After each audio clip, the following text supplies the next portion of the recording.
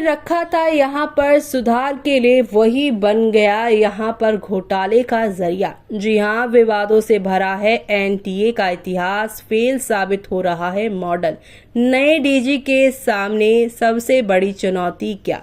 चलिए खबर को विस्तार से जानने के लिए हमारे चैनल टीसी न्यूज चैनल से जुड़े रहें और उसके लिए लाइक एंड सब्सक्राइब चैनल को जरूर करें।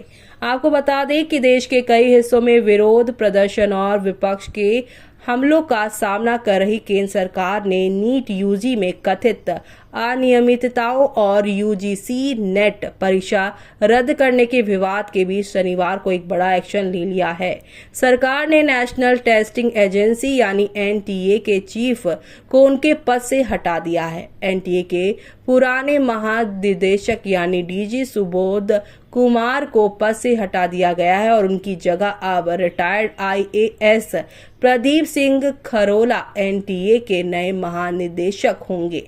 एनटीए में सुधार के लिए उच्च स्तरीय कमेटी का गठन होगा। जी हां, बीते दिनों केंद्रीय शिक्षा मंत्री यानी धर्मेंद्र प्रधान ने एनटीए में आंतरिक सुधार के संकेत दिए थे। इसे लेकर सरकार ने एक उच्च स्तरीय कमेटी का गठन किया है। शिक्षा मंत्रालय ने परीक्षाओं का पारदर्शी, सुचारू और निष्पक्ष संचालन सुनिश्चित करने के लिए विशेषज्ञों की एक उच्च स्तरीय समिति गठित भी कर दी है। इसरो के पूर्व अध्यक्ष और आईआईटी कानपुर बीओजी अध्यक्ष डॉक्टर के राधाकृष्णन की अध्यक्षता वाली हाई लेवल कमेटी परीक्षा प्रक्रिया के तंत्र में सुधार, डेटा सुरक्षा प्रोटोकॉल में सुधार और एनटीए की संरचना और कार्यप्रणाली पर जो है सिरफिरेसी पेश की गई है। 2 महीने के भीतर अपनी रिपोर्ट मंत्रालय को सौंपेगी।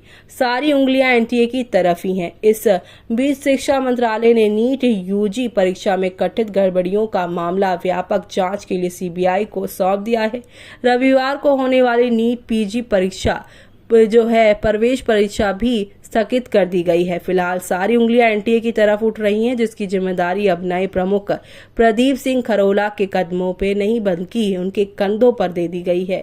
कौन है नए डीजी प्रदीप सिंह खरोला? तो आपको बता दें कि प्रदीप सिंह खरोला फिलहाल आईटीपीओ के अध्यक्ष और प्रबंधक निदेशक की जिम्मेदारी भी संभाल रहे हैं। इससे पहले वो सार्वजनिक क्षेत्र की विमान कंपनी एयर इंडिया की जिम्मेदारी संभाल चुके हैं। वो इसके एयर इंडिया के चेयरमैन और प्रबंधक निदेशक थे। इससे पहले वो बेंगलुरु मेट्रो रेल निगम के प्रबंधक निदेशक रही हैं।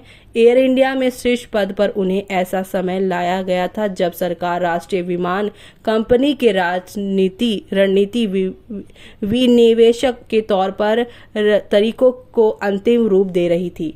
तो वहीं आपको बता दें कि 1985 बेंच के कर्नाटक के आईएएस अधिकारी हैं। वो खरोल 2012 से 13 में कर्नाटक के मुख्यमंत्री के प्रमुख सचिव रहे हैं।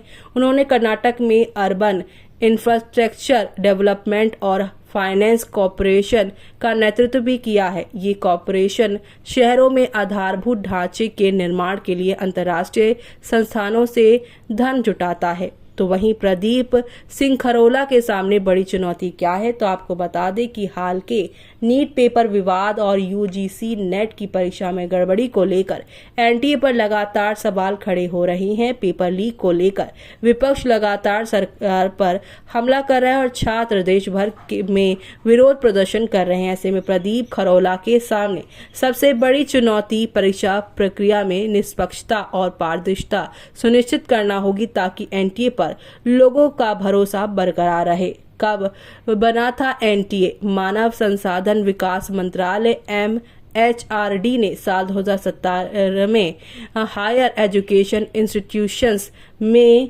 यहाँ प्रवेश यानी कि एक्सट्रेस एग्जाम के लिए एक सिंगल तंत्र जो है बनाया था। 1 मार्च 2018 को राष्ट्रीय प्रशिक्षण एजेंसी एनटीए को औपचारिक रूप से स्थापित किया गया। एक एजेंसी को विभिन्न विश्वविद्यालयों और संस्थानों में स्नातक और स्नातकोत्तर कार्यक्रमों में प्रवेश के लिए राष्ट्रीय स्तर की प्रमाण परीक्षा देने की यहाँ पर अनुमति दी गई थी। नीट मेन, यूजीसी नेट आदि आयोजित करने का जिम्मा सौंपा गया ताकि परीक्षा प्रक्रिया में पारदर्शिता, कुशल और निष्पक्ष रहे। लेकिन अब लगातार यहां पर एनटीए पर ही सवाल उठ रहे हैं। बार बार फेल साबित हो रहा है एनटीए का मॉडल। एनटीए का गठन इसलिए किया गया था ताकि प्रवेश परीक्षाओं को दोष मुक्त किया जा सके, लेकिन एनटीए का मॉडल बार बार फेल हो रहा है। 21 जून की रात CSIR यूजीसी नेट की परीक्षा को स्थगित कर दिया गया था।